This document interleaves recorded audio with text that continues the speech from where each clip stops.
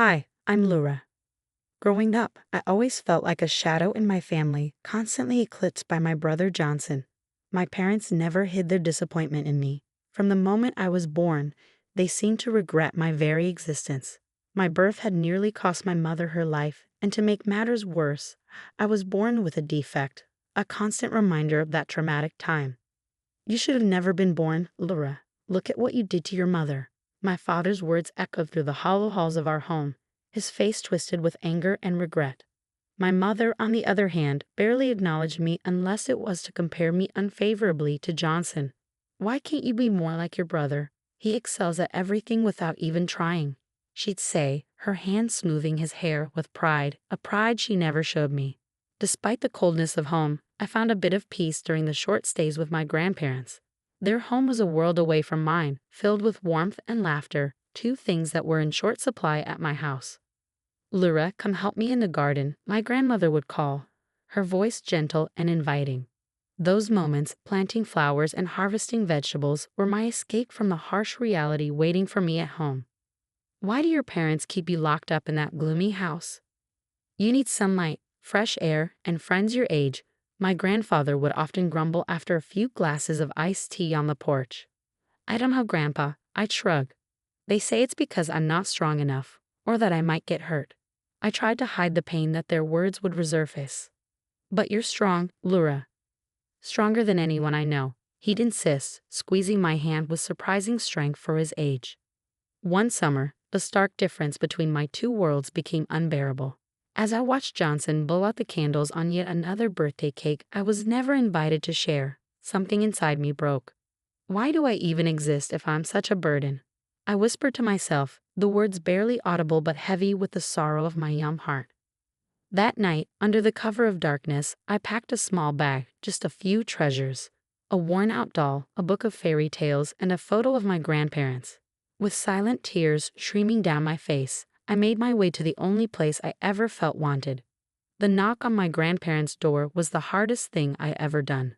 But when they opened it, their concern quickly turned to determination. Lura, whatever it is, we're here for you, my grandmother said, pulling me into a hug that felt like the safety I'd longed for my entire life. That night, as I lay in the guest room, surrounded by the comforting sounds of their home, I knew something had to change. I couldn't keep living in the shadows, unloved and neglected. It was time to fight for the life I deserved, with the only people who had ever truly loved me. Lura, it's time you started school like other kids your age, Grandma declared one morning at breakfast. Her words were firm, and the determined look in Grandpa's eyes left no room for argument. But what about Mom and Dad? They don't think I'm ready, I mumbled, fiddling nervously with my spoon. We'll handle your parents. You need education and friends, not isolation, Grandpa said, his tone leaving no room for doubt. Later that day, they drove me home to confront my parents. The tension in the air was thick as Grandpa knocked on the door. Johnson and Lura should have equal opportunities, and Lura has been kept in the dark for too long, Grandpa declared as soon as the door opened. This is none of your business, my father snapped, his voice cold and dismissive. It is our business when you neglect our granddaughter, Grandma shot back, her voice steady but filled with an anger I'd never heard before. After much discussion, and the undeniable logic of my grandparents, my parents reluctantly agreed to enroll me in school. My first day was a whirlwind of excitement and terror. I clutched my backpack tightly as I walked into the classroom, already feeling the weight of curious eyes on me. Why do you look so weird? A boy sneered at recess. I tried to shrink away, but his words stung, echoing the cruel remarks I'd grown up hearing. Despite the bullying, I found refuge in books and the certainty of numbers. Equations made sense when the world around me didn't. But one day, the teasing turned physical. Some older kids cornered me behind the gym. Johnson, who was in the same school, turned a blind eye. "Leave me alone," I shouted, my back pressed against the cold brick wall. "What are you gonna do, freak?" Jared, the leader, sneered, his face twisted in a cruel smirk. Without thinking, I swung the textbook I was holding, hitting him square in the nose. Shocked by what I'd done, I ran, tears blurring my vision, not stopping until I was home. Bursting through the front door, I was met by my father's angry glare. "Causing trouble at school now? Can't you do anything right?" he bellowed, advancing toward me. I was defending myself. I yelled back, anger rising in my chest. For once, I was fed up with being the victim. His hand lifted, but before it could come down, my mother stepped in. "John, stop. She's just a child," she said, grabbing his arm. "Stay out of this," he snapped.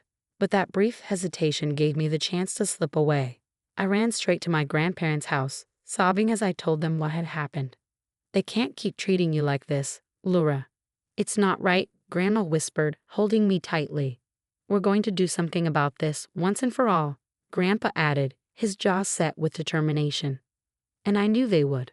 They had always been the ones to fight for me. As I fell asleep in my old, comforting bed that night, for the first time in my life, I dared to hope.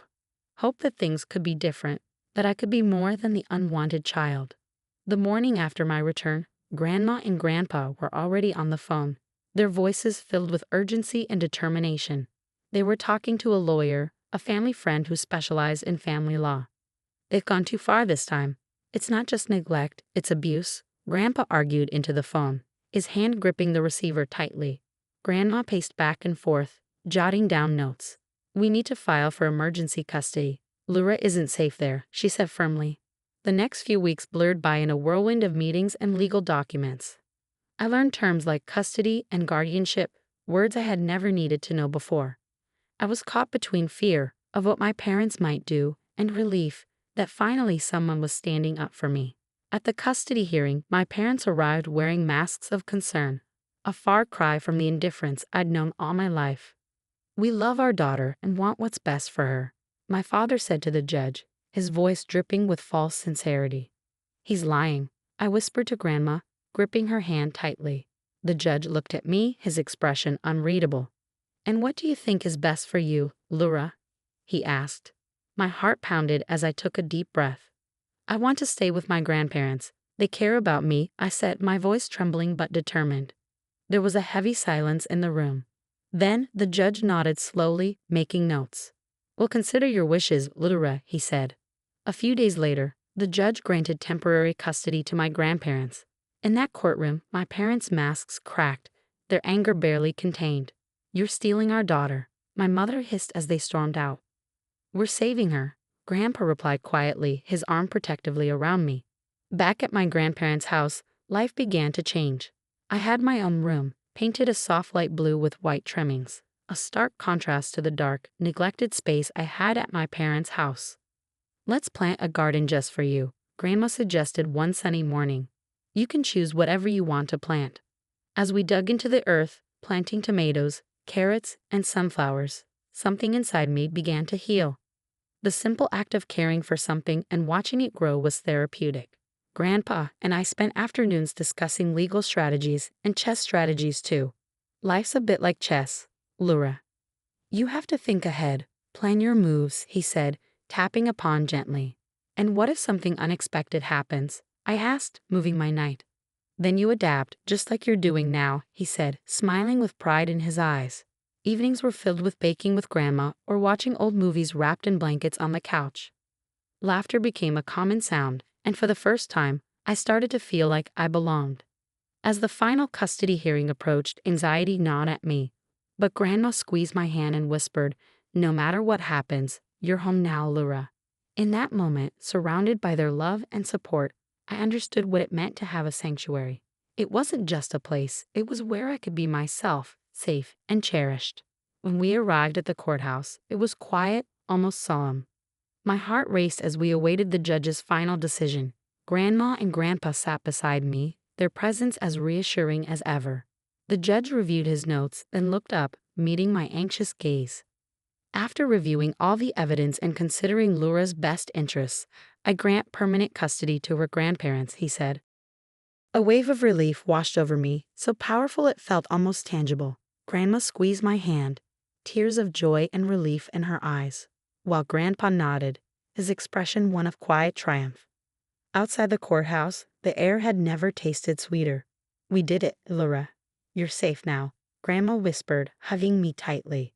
But they didn't stop there. Ever the strategist, Grandpa had one more move to make. "It's time to secure your future completely," he said one evening, showing me documents for their will.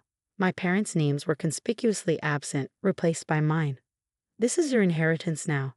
We want you to have security, something they never gave you, he explained, signing the document with a steady hand. The finality of that act was not just legal but deeply symbolic. It was a clear statement. My grandparents were my true family, the ones who truly cared about my well-being. With the custody battle behind us, I began to truly heal that spring when Grandma found a therapist who specialized in family trauma. Talking about my feelings, something I'd never been able to do, was both challenging and liberating. "You're doing great, Lura," my therapist would often say, her voice full of encouragement. "It's okay to feel these emotions. It's part of the healing process." Slowly but surely, I started to open up. School became a haven for me, free from the shadows of my past. My grades improved dramatically, and I discovered a deep love for science. The logical processes and discoveries mirrored my own journey of healing and self-discovery. "Look at this, Grandpa," I'd say proudly, showing him my latest science project on plant growth. "It's about how the right environment can influence growth." "Just like you, Lura," he'd reply, his voice thick with emotion. "You've grown so much." As the seasons changed, so did I. Each day brought new challenges, but also new joys. I learned to play the piano, filling the house with music, something my old home had never known. Grandma and I would sing along, our voices blending in harmony. Life was no longer about surviving each day, it was about truly living. My grandparents' unwavering support became my foundation, their love the walls that protected me, and their wisdom the roof that sheltered me from any storm. One sunny morning, as we planted a new batch of sunflowers in the garden, Grandma smiled at me, a smile that spoke volumes. "You've turned the tables, Lura. You've taken control of your story." As I watered the young plants, watching them reach toward the sun, I realized she was right. I had turned the tables. For the first time in my life, I wasn't just surviving, I was thriving. That evening, as I stood in front of the mirror adjusting my dress for the celebration, I couldn't help but reflect on the long journey that had brought me here. From a neglected, unwanted child to a young woman surrounded by love and purpose, my transformation felt almost unimaginable. Today wasn't just any birthday. It marked the launch of my New Beginnings, the New Beginnings Child Advocacy Foundation. With the inheritance Grandma and Grandpa had secured for me, I established the foundation to help children like me, providing them with educational and legal resources to rebuild their lives.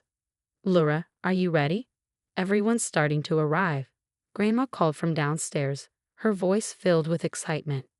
Coming down the stairs, I was greeted by a house full of friends, family, and supporters, all gathered to celebrate not just my birthday, but the new chapter I was embarking on. The room was decorated with balloons and banners, the laughter and chatter creating a warm, inviting atmosphere. As I mingled with the guests, I shared my vision for the foundation. With New Beginnings, we can give children the support they need to heal and thrive. No child should ever feel alone or unloved, I explained, my passion evident. Guests nodded, offering words of encouragement. "Lura, this is wonderful. You're making a real difference," a local teacher said, her eyes shining with admiration.